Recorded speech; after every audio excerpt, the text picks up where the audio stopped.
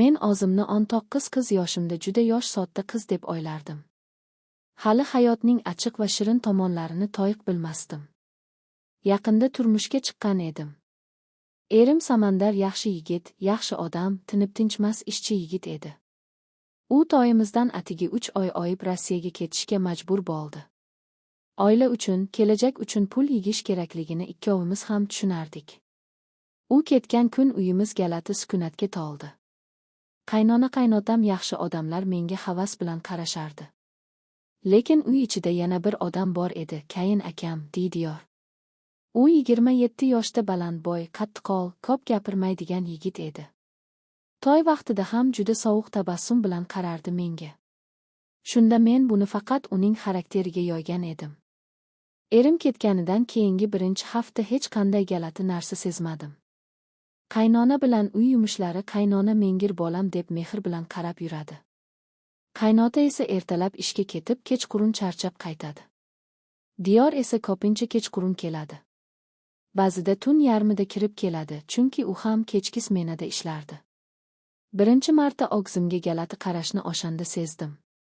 Kechqurun ovqatni dasturxonga qo'yib, idishlarni tozalab yurgandim. Diyor kelib kirdi. Odatiy salom demadi. Ko'zini menga qadab qarab turdi. Men esa tezda boshimni egdim. Yana uy yumushlarini davom ettirdim. Shunda u yonimdan o'tayotib, nimadir demoqchibgandek to'xtab qaradi. Nigohi juda galati edi, odamga emas, odamning orqasidagi narsa orqali qarayotgandek. Men indamay o'tib ketdim. O'sha paytda bu qarashlarning tagida nima borligini bilmasdim. Balki bilishni ham istamasdim. Kunlar o'tib u menga tobora ko'proq tikiladigan bo'ldi. Qaynona buni sezmaydi, qaynota ko'p uyda bo'lmaydi. Men esa uyda deyarli yolg'izman. Kecha telefonimni qo'limga olib erimga yozaman. Men yaxshi, hammasi joyida. Seni kutyapman, ammo ichimda oshib begona nigoh meni bezovta qilardi. Bir kuni kechasi suv ichish uchun oshxonaga chiqdim. Uyokin qorong'i, faqat derazadan tushayotgan xafif oyna. Suv ichib qaytayotgan edim. Birdan eshik qoya-qoyasida ochildi. Diyor kirib keldi. Hali kiyimlarini yechmagan qadamlarda shoshilish bor. U meni to'xtadi. Qaradi, yana o'sha notanish. Tushuntirib degan ko'zlar bilan.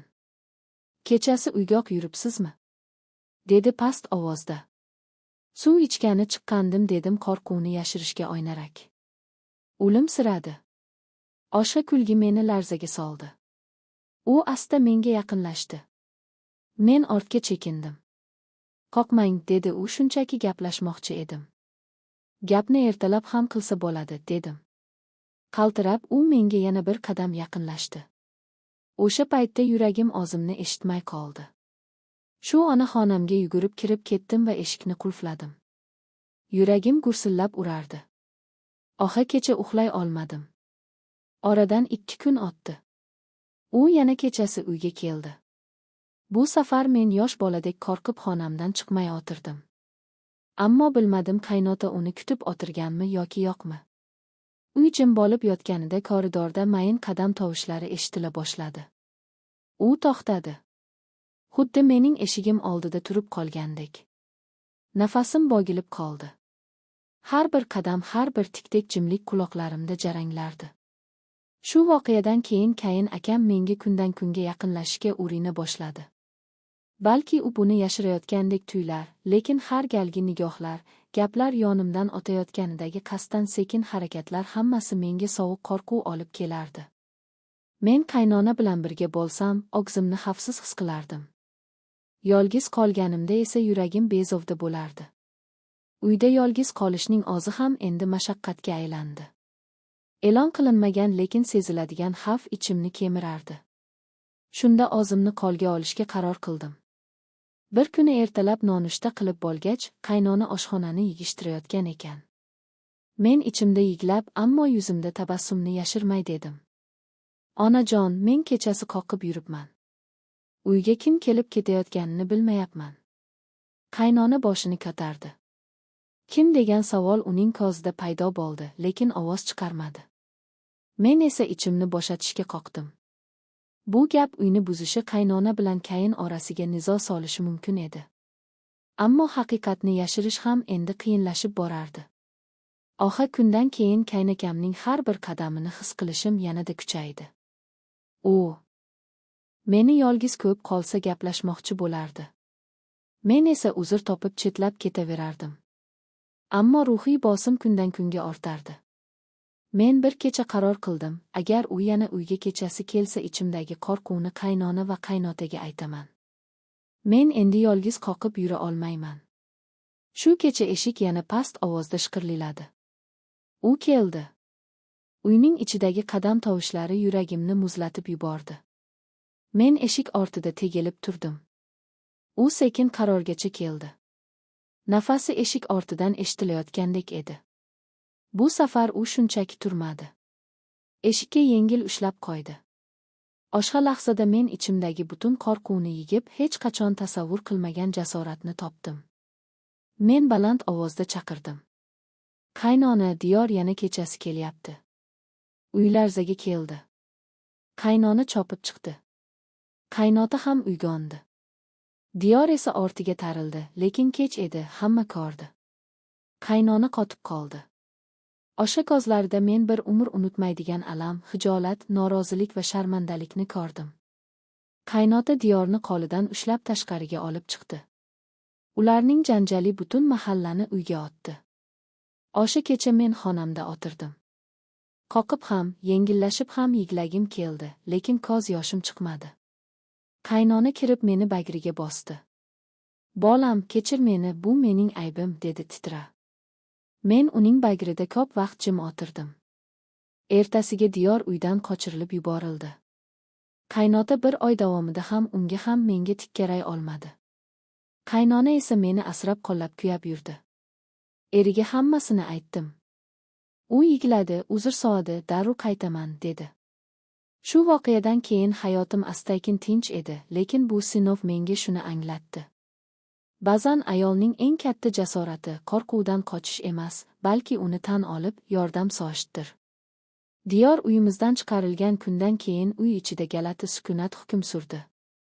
Go'yo hamma odam og'ziga kela olmay, og'zini aybdor his qilayotgandek edi. Qaynota ham, qaynona ham ko'zlarini mendan yashirardi. Men esa ularni ayblamasdim. Bu voqeada mening aybim yo'q edi.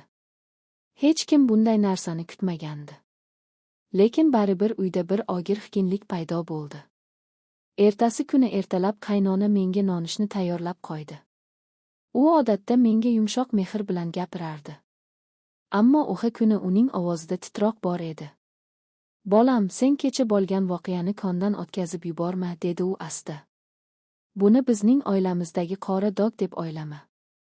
Men sening qaynonangman. Sen mening qizimsan.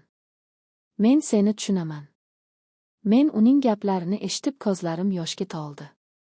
Bu ayolni motor kabi ishlatib hushidan ketguncha xizmat qilganim uchun emas, meni haqiqatan ham o'g'li kabi ko'rganini sezganim uchun. Qaynota esa kecha kunduz gamgin yurdi. Oxir kuni u Diyor bilan juda qattiq janjallashganini qo'shnilar ham eshitishgan ekan. Qaynota uyga qaytib kirganida rangi oqargan, qo'llari titrar, og'zi ham entikib nafas olar edi. U menga qarab dedi, bolam, sen o'zingni aybdor his qilma. Ayb bizda, biz bilmayormay yuribmiz. Men esa boshimni ekdim. Shu kundan keyin qaynota menga hech qachon baland ovozda gapirmadi. Meni ko'rsa izzat bilan qizimider biror narsa katarsam yordam berishga shoshardi. Bu voqea ularni sinib qo'ygandek edi. Oradan bir hafta o'tdi. Erim Samandar bilan telefon orqali uzoq gaplashdik. Men unga hammasini aytdim, hech narsani yashirmadim. U uzoq jim qoldi. Yuragim gash tortdi. Balki u meni ayblar deb o'yladim. Lekin u chuqur nafas olib dedi, sen mardlik qilib to'xtatibsan. Ayb sening ustingda emas. Men seni yaxshi ko'raman. Men seni asray olmay qoldim. Men hech qachon seni yolg'iz tashlab ketmasligim kerak edi. Bu gaplar meni larzaga soldi. Shu payt bilib qoldim, erim menga ishonar ekan. Bu ishonchdagi og'irlik yig'limni keltirdi. Samandar tez orada qaytaman, dedi.